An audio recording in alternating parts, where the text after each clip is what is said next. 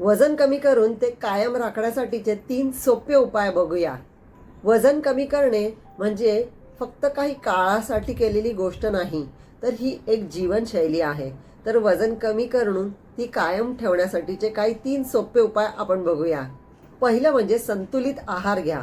तुमच्या आहारामध्ये फळे, भाज्या, संपूर्ण धान्य, प्रोटीन्स, फॅट्स याचा समावेश करा.